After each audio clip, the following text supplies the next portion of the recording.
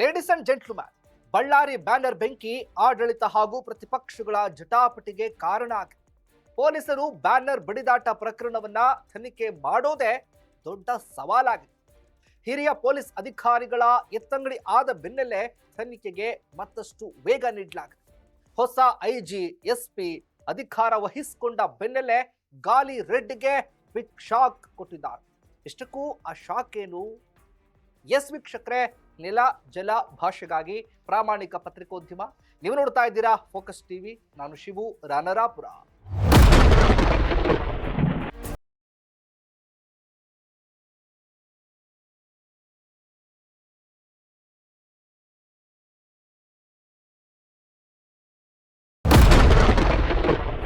ಬಳ್ಳಾರಿಯ ಬಲಿತ ರೆಡ್ಡಿಗಳ ಬ್ಯಾನರ್ ಬಡಿದಾಟ ಬಡಪಾಯಿ ರೆಡ್ಡಿಯನ್ನ ಬಲಿ ಪಡ್ಕೊಂಡಿದೆ. ಆತನ ಕುಟುಂಬವನ್ನ ಬೀದಿಗೆ ಬೀಳುವಂತೆ ಮಾಡಿಬಿಟ್ಟಿದೆ. ಈ ಪ್ರಕರಣದ ತನಿಖೆ ನಡೆಸೋದೇ ಪೊಲೀಸ್ನವ್ರಿಗೆ ದೊಡ್ಡ ಸವಾಲಾಗಿದೆ. ಈ ಮಧ್ಯೆ ನಾಯಕರ ಮಾತಿನ ಯುದ್ಧವೂ ಕೂಡ ಕಾವೇರಿದೆ. ಈ ಮಧ್ಯೆ ಶಾಸಕರಾದ ಭರತ್ ರೆಡ್ಡಿ ಹಾಗೂ ಜನಾರ್ದನ ರೆಡ್ಡಿ ಪರಸ್ಪರ ವಿಡಿಯೋ ಸಾಕ್ಷಿಗಳನ್ನ ಬಿಡುಗಡೆ ಮಾಡ್ತಿದ್ದಾರೆ. ಜನಾರ್ದನ ರೆಡ್ಡಿ ಮೃತ ರಾಜಶೇಖರ್ ರೆಡ್ಡಿಗೆ ಹೇಗೆ ಗುಂಡಿ ಹೊಕ್ಕಿತ್ತು ಅನ್ನೋದು, ಅಂದ್ರೆ ಈಗಾಗಲೇ ಕೂಡ ಗಮನಿಸಬಹುದು. ಮೃತ ರಾಜಶೇಖರ್ ರೆಡ್ಡಿಗೆ ಗುಂಡು ಹೊಕ್ಕಿತ್ತು ಅನ್ನೋದು ಹೇಗೆ, ಆ ವಿಡಿಯೋ ಕೂಡ ಬಿಡುಗಡೆ ಮಾಡಿದ್ದಾರೆ. ಇದು ಶಾಸಕ ಭರತ್ ರೆಡ್ಡಿ ಬೆಂಬಲಿಗರಿಗೆ ಶಾಕ್ ಆಗಿತ್ತು. ಈ ಬೆನ್ನಲ್ಲೇ ಜನಾರ್ದನ ರೆಡ್ಡಿಗೆ ಪೊಲೀಸರು ಬಿಗ್ ಶಾಕ್ ಕೊಟ್ಟಿದ್ದಾರೆ. ಪೊಲೀಸರ ನಡೆಗೆ ಗಾಲಿ ರೆಡ್ಡಿ ನಿಗಿ ನಿಗಿ ಕೆಂಡ ಕಾರಿದ್ದಾರೆ.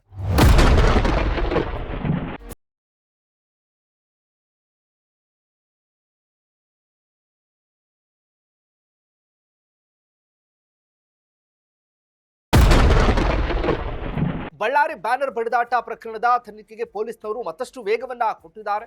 ಪ್ರಕರಣದಲ್ಲಿ ಈಗಾಗಲೇ ಕೂಡ ಇಬ್ಬರು ಹಿರಿಯ ಪೊಲೀಸ್ ಅಧಿಕಾರಿಗಳ ಎತ್ತಂಗಡಿ ಕೂಡ ಆಗೋಗಿದೆ.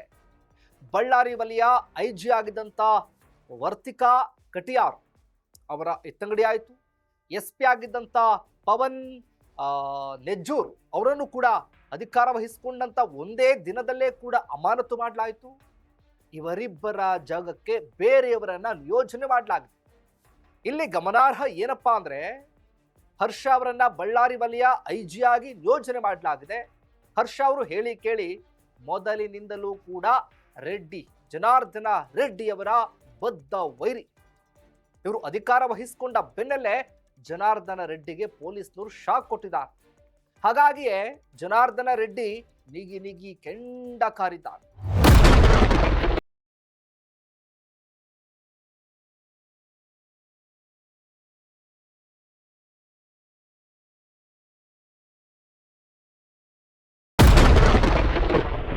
ಹಾಗಾದ್ರೆ ಜನಾರ್ದನ ರೆಡ್ಡಿಗೆ ಪೊಲೀಸ್ನವರು ನೀಡಿರುವಂತ ಶಾಕ್ ಆದ್ರೂ ಏನು?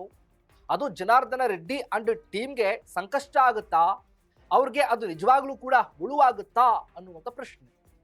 ಯಾಕೆ? ಬಳ್ಳಾರಿ ಬುಲ್ಲೋಡು ಗಾಲಿ ಜನಾರ್ದನ ರೆಡ್ಡಿ ಹಾಗೆ ಅವರ ಬೆಂಬಲಿಗರಿಗೆ ಹೊಸ ಐಜಿ ಹರ್ಷ ಒಂದು ದಿನದಲ್ಲೇ ಕೂಡ ಸರಿಯಾಗಿಯೇ ಬಿಸಿ ಮುಟ್ಟಿಸಿದ್ದಾರೆ. ಬ್ಯಾನರ್ ವಾರ್ ಮೂಲ ಹುಡುಕೋದಕ್ಕೆ ಮುಂದಾಗಿದ್ದಾರೆ. ಇದಕ್ಕಾಗಿ ಬಳ್ಳಾರಿಯ ಪ್ರತಿ ವಾರ್ಡ್ನಲ್ಲಿಯೂ ಕೂಡ ಜನಾರ್ದನ ರೆಡ್ಡಿ ಅವರ ಬೆಂಬಲಿಗ ಮುಖಂಡರಿಗೆ ವಾರ್ಡ್ ವಾರು ನೋಟಿಸ್ ಕೊಡ್ತಿದ್ದಾರೆ. ಒಟ್ಟು 33 ಮಂದಿಗೆ ನೋಟಿಸ್ ನೀಡಿದ್ದಾರೆ. ಇದರಲ್ಲಿ ಜನಾರ್ದನ ರೆಡ್ಡಿ, ಸೋಮಶೇಖರ ರೆಡ್ಡಿ, ಶ್ರೀರಾಮುಲು ಕೂಡ ಇದ್ದಾರೆ. ರೆಡ್ಡಿ ಆಪ್ತ ಅಲಿ ಖಾನ್ಗೂ ಕೂಡ ನೋಟಿಸ್ ಕೊಟ್ಟಿದ್ದಾರೆ. ಖುದ್ದು ವಿಚಾರಣೆಗೆ ಹಾಜರಾಗಬೇಕು ಅಂತ ಖಡಕ್ ಆಗಿ ಸೂಚನೆ ಕೊಟ್ಟಿದ್ದಾರೆ. ಬಳ್ಳಾರಿಯಲ್ಲಿ ಇರೋದು ಒಟ್ಟು 39 ವಾರ್ಡ್ಗಳು. ಇನ್ನು 6 ವಾರ್ಡ್ಗಳನ್ನ ಯಾಕೆ ಬಿಟ್ಟಿದ್ದೀರಿ? ಅವ್ರಿಗೂ ಕೂಡ ನೋಟಿಸ್ ನೀಡ್ಬಿಡಿ ಅಂತ ರೆಡ್ಡಿ ಗುಡುಗಿದ್ದಾರೆ. ಇದಲ್ಲದೆ ಬಳ್ಳಾರಿಯನ್ನ ನಮ್ಮನ್ನ ರಾಜಕೀಯವಾಗಿ ಮುಗಿಸೋದಕ್ಕೆ ಪೊಲೀಸ್ನವರು ಹುನ್ನಾರ ಮಾಡ್ತಾ ಇದ್ದಾರೆ ಅಂತ ಜನಾರ್ದನ ರೆಡ್ಡಿ ಗುಡುಗಿದ್ದಾರೆ. ಇದು ಬಿಜೆಪಿಯನ್ನೇ ಟಾರ್ಗೆಟ್ ಮಾಡಲಾಗ್ತಾ ಇದೆ. ಇದರಲ್ಲಿ ಸರ್ಕಾರದ ಕುಮ್ಮಕ್ಕಿದ್ರೆ ನಮ್ಮ ಪಕ್ಷದವರು ಮಾತ್ರ ನಿಮಗೆ ಕಾಣ್ತಿದ್ದಾರಾ? ಕಾಂಗ್ರೆಸ್ನವರು ಇಲ್ವಾ? ಈಗಂತ ರೆಡ್ಡಿ ಗುಡುಗಿದ್ದಾರೆ. ಈಗಾಗಲೇ ಪೊಲೀಸ್ನವರು ಜನಾರ್ದನ ರೆಡ್ಡಿ ಹಾಗೂ ಭರತ್ ರೆಡ್ಡಿ ಕಡೆಯ 26 ಜನರನ್ನ ಬಂಧಿಸಿದ್ದಾರೆ.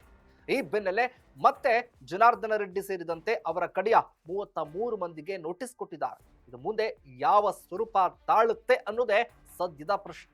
ಇದಾಗಿತ್ತು ಫೋಕಸ್ನ ಸ್ಪೆಷಲ್ ರಿಪೋರ್ಟ್. ನೆಲ ಜಲ ಭಾಷೆಗಾಗಿ ನೋಡ್ತಾ ಇರಿ ಫೋಕಸ್ ಟಿವಿ.